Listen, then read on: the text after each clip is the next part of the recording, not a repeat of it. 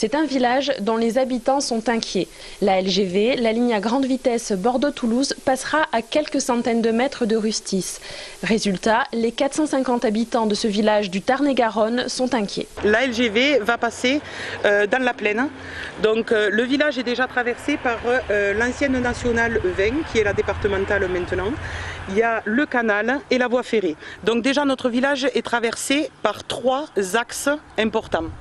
Et on va avoir une LGV en plus qui va passer dans la plaine, donc qui va enjamber la nationale, qui va enjamber le train, la voie existante, et qui va enjamber le canal à hauteur de 6 mètres et va rester à 6 mètres jusqu'à Castelnau.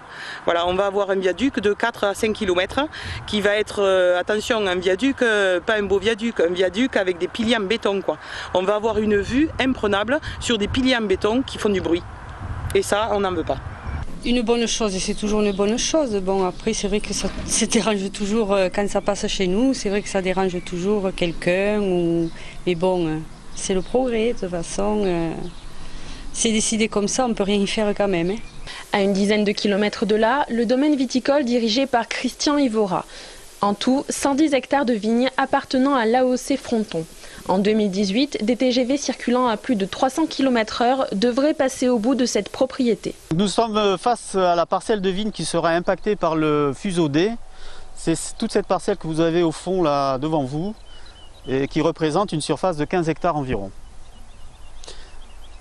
Donc pour l'instant, on ne sait pas exactement où passera donc, ce futur tracé.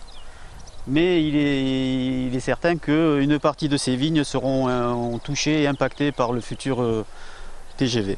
Et est-ce que vous pouvez me dire tout à l'heure, ça se trouve entre la petite maison, qu'est-ce que vous me disiez?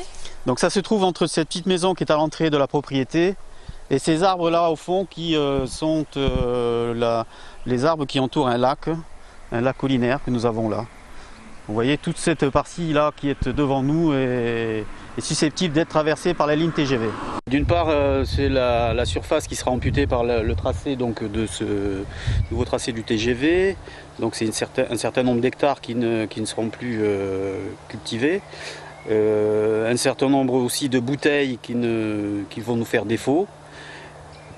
Et il ne faut pas non plus négliger savoir que nous sommes une quinzaine de salariés sur l'exploitation. Malgré leur mobilisation, les habitants des communes concernées par la LGV n'ont pas été entendus. Le tracé retenu hier à Bordeaux est désormais définitif.